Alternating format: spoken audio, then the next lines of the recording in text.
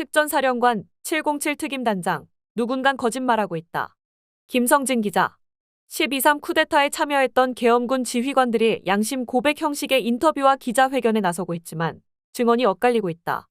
2차 계엄 및 국지 도발 우려가 나오는 가운데 군인들의 양심 고백이 이어지는 것은 다행스러운 일이지만 지휘관들의 증언이 일치하지 않으면서 본인들의 생존과 면피를 위한 증언 아니냐는 지적이 나온다. 경찰 국가수사본부 전담수사팀과 특별검사 등의 수사를 통해 진위를 가릴 필요가 있다.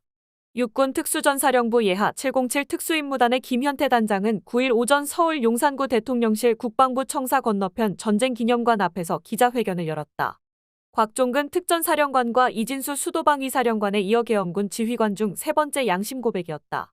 그의 신원은 원래 기밀 사항이지만 마스크나 선글라스도 쓰지 않고 이름이 적힌 명찰을 전투복에 부착한 채 카메라 앞에 섰다. 김 단장은 국회 국방위원회 출석을 하려다가 기회가 주어지지 않자 기자회견을 선택했다면서 당시 상황에 대해 비교적 상세히 진술했다. 김 단장은 특히 국회의 계엄해제 결의안 표결을 막으려고 했던 정황에 대해 1~2분 간격으로 전화가 왔고 국회의원이 150명을 넘으면 안 된다고 한다. 끌어낼 수 있겠느냐는 뉘앙스였다면서 국회의원 숫자와 관련된 언급은 4일 0시에서 0시 30분 사이 들은 것으로 떠올렸다. 그는 가결을 우려했던 것 같다며 의원이 늘고 있다. 150명 넘으면 안 된다. 진입이 되느냐고 물으셔서 저는 진입이 어렵다고 했다고 전했다. 그는 다만 의원 150명 지시에 대해 사령관이 말했고 김용현 전 국방부 장관이 지시했던 것 같다면서 최종 책임을 김용현에게 돌렸다. 또 707 대원들이 북한 관련 임무인 줄 알았는데 국회에 진입해 당황해했다는 제보에 대해선 출발할 때부터 북한이라는 말은 없었다면서 빨리 가서 국회를 봉쇄하고 확보하라고 했다고 말했다. 김 단장은 계엄에 대한 지식이 없어서 계엄 상황에서 국회 활동이 보장돼야 한다는 것을 잘 몰랐다며 저를 제지하는 관계자들에게 계엄사령부 지시를 받고 왔다. 계엄사로 항의하라고 말할 수밖에 없었다고 전했다. 이어 몰라서 행동했지만 모르는 것 또한 제 책임이라 생각하고 부대원들을 내란 죄가 될 수 있는 위험에 빠뜨린 것에 사죄한다고 털어놨다. 아울러 그는 707 부대원들은 모두 피해자라며 전 김용현 국방장관에게 이용당한 가장 안타까운 피해자라고 말했다. 그러면서 저는 무능하고 무책임한 지휘관이다. 부대원들을 사지로 몰았다며 부대원들은 죄가 없다. 죄가 있다면 무능한 지휘관의 지시를 따른 죄뿐이라고 했다. 김 단장과 같은 군인들의 양심 고백은 2차 계엄 선포, 국지 도발 등 윤석열의 추가적인 군사 조치를 우려하는 국민들 입장에서 일부 안심되는 일이다. 하지만 진술의 진위와 관련해서는 상당한 의문이 제기된다. 김 단장은 이날 기자회견에서 곽종근 특전사령관으로부터 국회의원을 끌어내라는 취지의 지시를 받았다고 했지만 곽 사령관의 앞선 증언은 이와 정반대였다.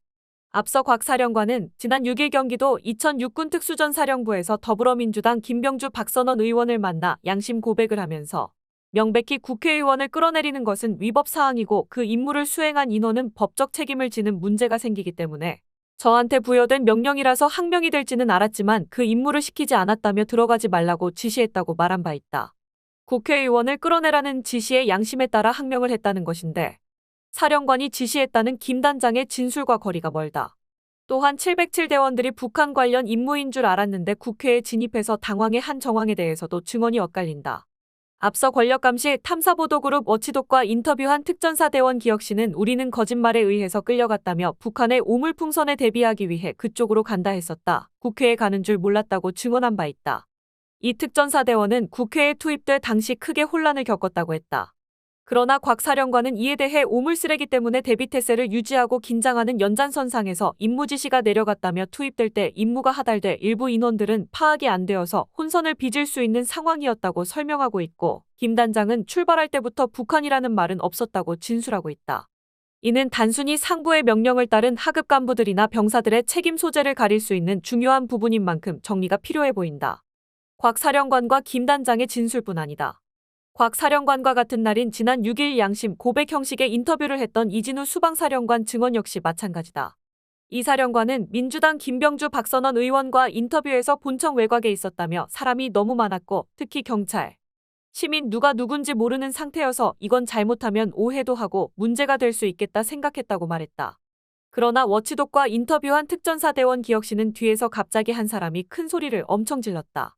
계급장을 볼 수가 없으니까 그 사람이 누구인지 몰라도 내가 생각하기에는 이진우 수방사령관 같다고 증언한 바 있다. 기혁 씨의 진술 역시 추정인 만큼 확인이 필요하지만 이 사령관의 진술과는 크게 엇갈리는 만큼 수사를 통한 진위 파악이 필요해 보인다. 또 이 사령관은 당시 수방사 장병들이 무장하지 않은 맨몸으로 국회 외곽 경계 근무를 했다고 설명했지만 이 역시 증언이 엇갈린다. 민주당에 따르면 비상계엄 직후 수방사 군사경찰특임대가 우원식 국회의장, 민주당 이재명 대표, 국민의힘 한동훈 대표를 체포하려 한 정황들이 폐쇄회로 CCTV를 통해 확인됐다.